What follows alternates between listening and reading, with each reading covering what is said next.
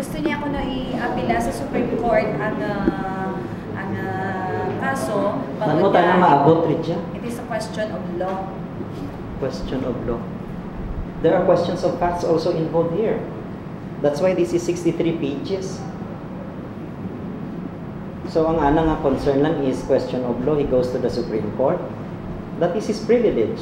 But first, before going to the Supreme Court or even entertaining the thought of going to the Supreme Court, why doesn't he read exhaustively, give time for himself to absorb the 63-page opus of Judge Dorentes? Because he might see the light at the end of the tunnel. Okay, follow-up question, attorney. Proceed. After sa nabaton yung desisyon, ano sa mga... Tanda, nakabaton man. Okay. Tanan kami nakabaton. Okay, ano ang gina-expect niyo sa mga matabo? Nothing. Unless, anybody can take the initiative of like maybe filing a motion for recall or going to the Court of Appeals or the Supreme Court. But I hope not to the UN. I know of a lawyer here who goes to the UN if he loses in the Supreme Court. On the part of the provincial government employees, siguro ba tibuhay ra ta mga gatan ge? Ug kanirang halintakan dito mo.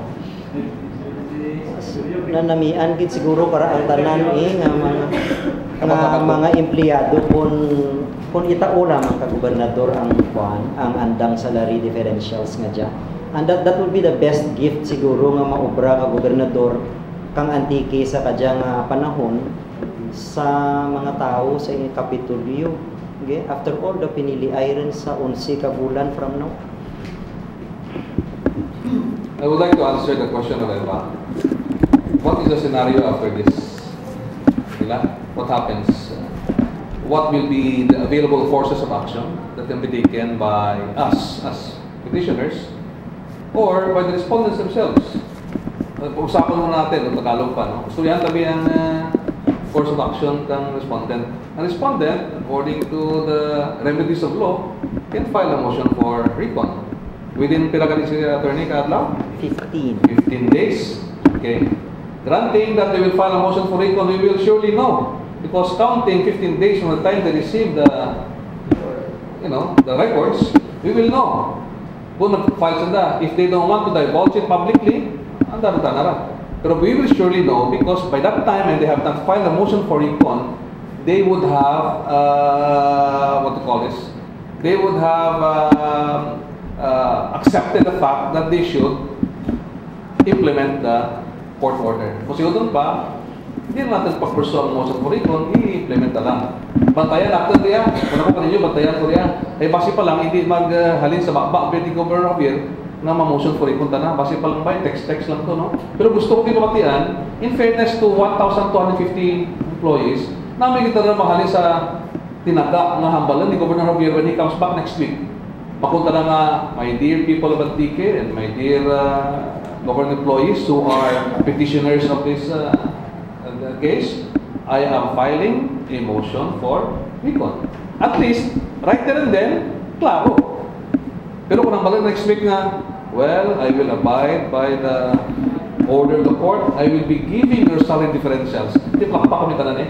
No? So, we will have to wait for that. I don't want to speculate on what the government wants to do. But that is a course of action that they can take. Now, sa amon tanang level, ano ang course of action naman?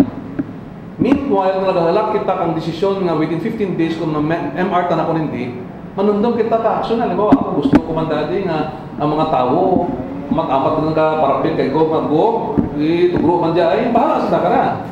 No? It is for them to do that. Pero kami nga petitioners, we can no longer appeal to him again. We cannot appeal the decision of the court na i-implement rin. That is, tama na yung appeal na yan. Naman nag-aturo kami sa korte para mangayo ang legality. So, kadyan na chimpo, between now and 15, how many days to go? 13 days or 14 days, we will see. And if the governor will be leader enough to declare next week that he is filing a motion for recon, we will see. And if he will not file a motion for recon and accept the fact that the court has stated what it should state and the governor should enact and enforce the salary differentials. So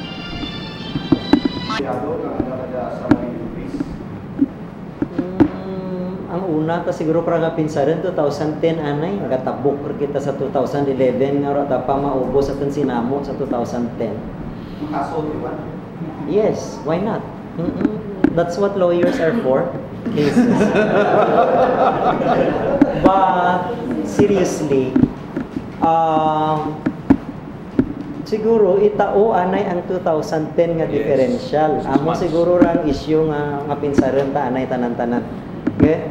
And then we think of 2011 because kung matao ang 2010, then there is such a thing as non-diminution of benefits. Meaning, once the empleyado naga-enjoy rin kang amura nga benepisyo, hindi mo ron mabawi pa nga panabaen kay sino sala tuhaw ang itunaw ang economic enterprise abe ha. So kung maghambal karon si Governor Javier nga di kamo pwede rin mag-enjoy kay naglapaw ang PS Capta because ginpatunaw naman kang mga kaimaw ko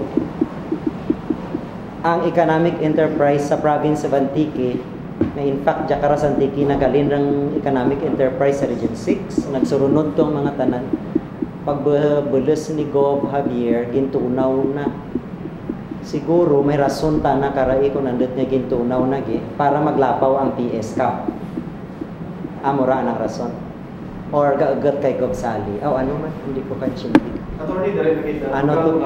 Policy sa interview ko kanimo yesterday. Nga ginapa mo tong may mapinahan. Fine. Governor Javier kag ang mga SP members nga nagpirma kang realignment nag-alignment kang realignment na mapinahan sa ano nga bagay sa Pina. Damages because they acted in bad faith.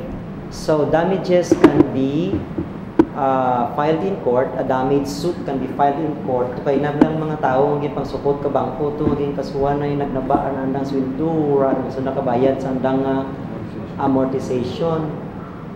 Everybody who is affected by that decision of Governor Javier to withhold the further enjoyment of the differential can go to court using this decision to file a case for damages. Tanan, mga sleepless nights, mga bata nga wala kay eskwela, mga bana nga nagbrelagay ka ng sawa, hay wala rin sa kwarta, tanan, mga naghiribi, hay bangad nga wala rin ti pagkain, nga nagkaragutuman, mga nahuyan, ang andang reputation, kay ginsukot, wala rin ti barayad, kay Lilian, kay Joyce, kay sino pa, mga pautang dyan. These people affected by this decision can go to court and charge these government officials in the capital, both capitals, with damages. And on top of that, we can also file a criminal case against Governor Javier for usurpation of authority, using this decision as our basis because of this one sentence that Judge Duremdes stated in his decision. I would like to call your attention to page 57. Judge Duremdes said, 56 I mean, verily, there has been usurpation of legislative authority by the respondent Governor Ezequiel B. Javier who thereby breached the limit of his jurisdiction. What does this sentence mean? Nga nag-abusar si Gobernador Javier, abogado as he is, gilaksam na ang otoridad kang sanggunian panalawigan nga nagpasar kang appropriations ordinances 2010-01 kag 2010-02 budget ria kang 2010 kang probinsya kang Antique sa bilog nga tubig for the general fund kag for the economic enterprise nga ginpartisiparan kang darwa ka branches, executive, legislative, presumed to be valid and even implemented already per review by the DBM. But when Javier took over, he said, ay hindi, ang pagpati ko nagalapaw sa PS ang probinsya kang Antique gani unta on his own. Memorandum of Agreement, Memorandum Order number 12 series of 2010 sa pag-una naging nga adlaw kungko sa Kapitolyo. Now, this is a criminal action which is punishable in the revised penal code. So if you are brave enough, you can go to the ombudsman tomorrow and file a complaint for usurpation of authority and ask for preventive suspension from the ombudsman so that that governor there sitting can be ousted and then replaced by Rosie Di Mamay. By Rosie Di Mamay, who is also computing her benefits to be taken.